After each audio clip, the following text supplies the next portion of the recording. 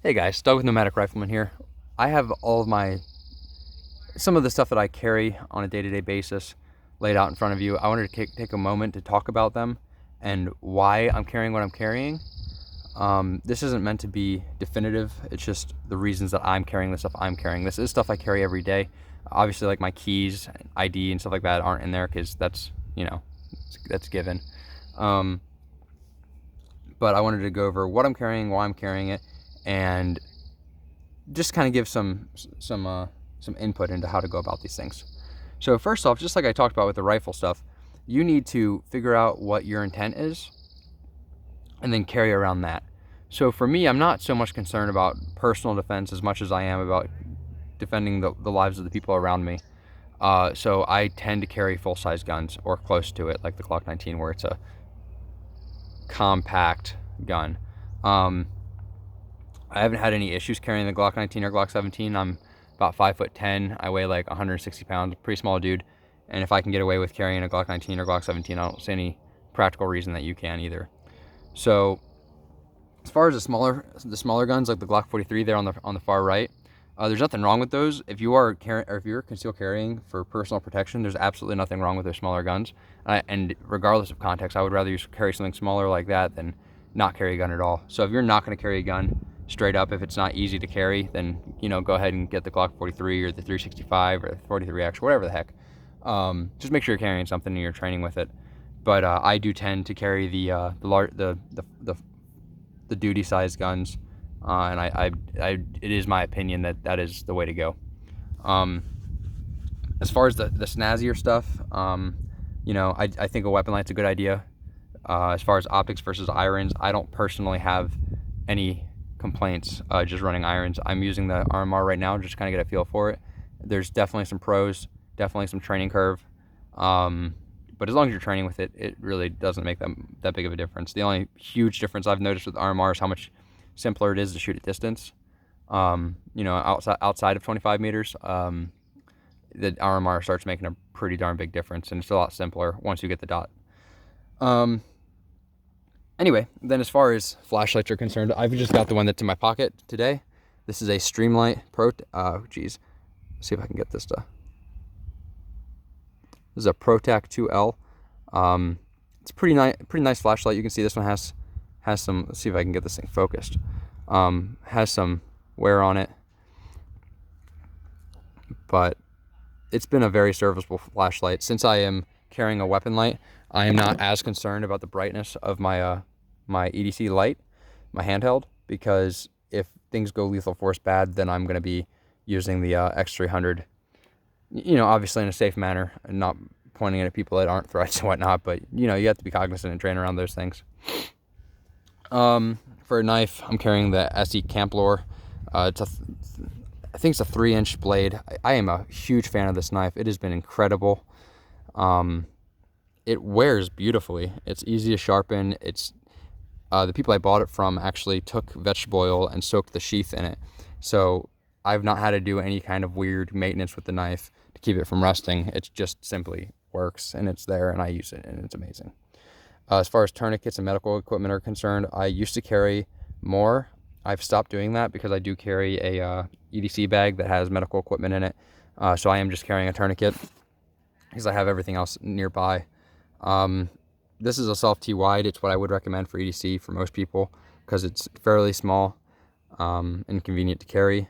It's not as bulky as a Cat 7, which is my preferred tourniquet, but these are pretty sweet. And with how thin they get and with the metal windlass, you can train with the same thing you carry. Where the Cats, you have to have a training specific tourniquet because you don't want to be putting stress on the windlass of the Cats because it will hurt their integrity over time. I do carry a lighter. I don't smoke anymore, but I do still carry a lighter just because it's handy to have, and you should always be able to start a fire, I suppose. As far as belts are concerned, you need a belt wide enough and sturdy enough to support the weight of what you're putting on it. In this example, I'm using the Wilderness belt. Pretty sweet belt. I'm a fan of it. So yeah. Then as far as footwear is concerned, in my opinion, you need to be able to run at any given time. Right now I'm wearing the Lowas, I think that's how you pronounce it, mid-cut tactical boot. I know there's some silliness going around about the about wearing tactical boots and being try hard or whatever. If you feel that way, that's totally fine. Wear what you wear, as long as you can run in it. I really don't care. In my opinion, whatever you keep as a medical bag on in your vehicle or on your person, you need to be able to do a dead sprint for 200 meters with whatever you're wearing. So flip flops probably a no go, for unless you're just chilling around the house or something. So a good pair of running shoes or a good pair of boots, just something you can run in and something that you have ran in before. Yeah, so let's go ahead and jump into the part where we are kitting up with Doug and going over and for the record, this is the line 0, or what I look at as line 0, or your play down line 1, basically EDC. And this is what I carry every day from when I wake up to when I go to bed. So not all of this, obviously. I'm only carrying this rig. This is just here for another example of a simple rig. I don't know if I already mentioned it, but for holsters, Works holsters, tier 1 concealment. This is a tier 1, this is an NSR. Works holsters, tier 1 concealment, and T-Rex arms are what I'm recommending these days for holsters, as far as inside the waistband stuff, or the super close outside the waistband stuff. I do not recommend carrying outside the waistband without retention unless it is extremely close to your body and concealed. For outside the waistband and open carry, I recommend having some kind of Safariland retention holster. This is a level 1 ALS. All right, let's get to the part where we put it all on so you guys can see how this all actually works out. All right, guys, so here we are with the part where we're gonna put it all on. I've got my shirt tucked in here so you can actually see what's going on. So I run my buckle off to the left because I'm right-handed and I want this all smooth for my conceal rig. Since I'm carrying a sheath knife, I've got to put the sheath on first.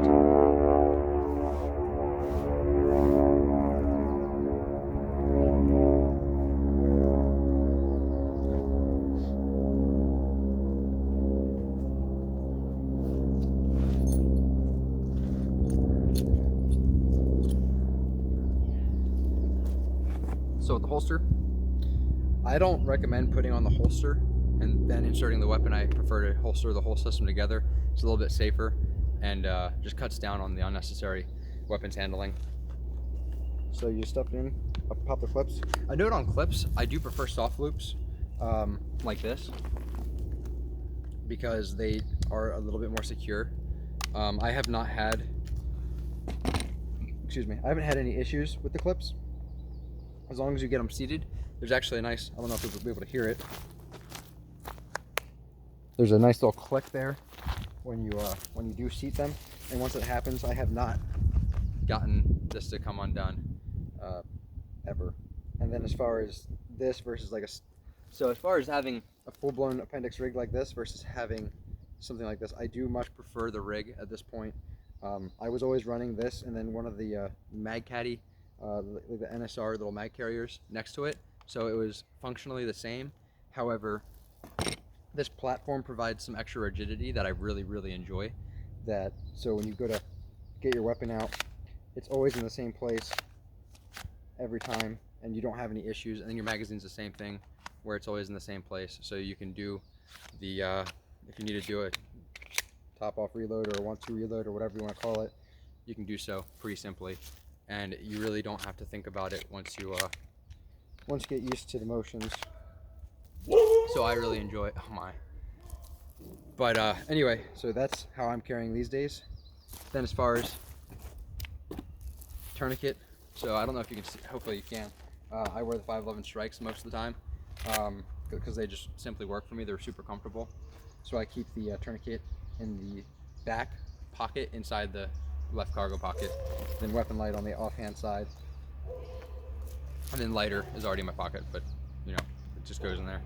And that's pretty much it. And as far as concealment is concerned, it works fine. I have never had anyone spot me or anything, so it's an effective rig. So as far as line 0 or your EDC goes, this is how I've been running it for the holster. And so the X300 and the RMR are kind of new to me, but I've been carrying the RMR now for probably a year, and I've been carrying the X300 for about two months.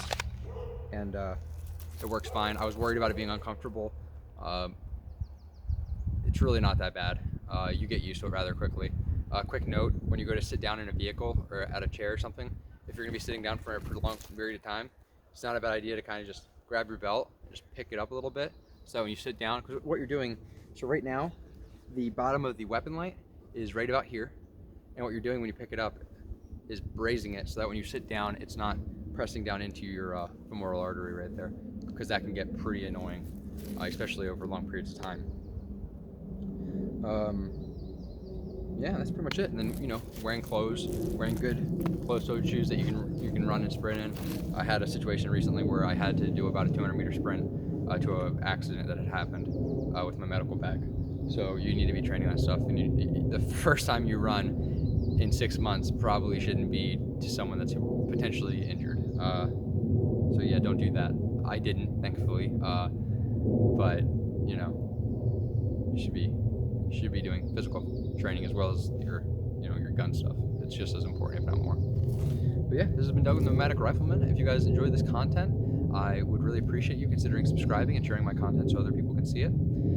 Otherwise, this has been Doug with Nomadic Rifleman, because everywhere deserves good and capable riflemen, even if they don't have a rifle.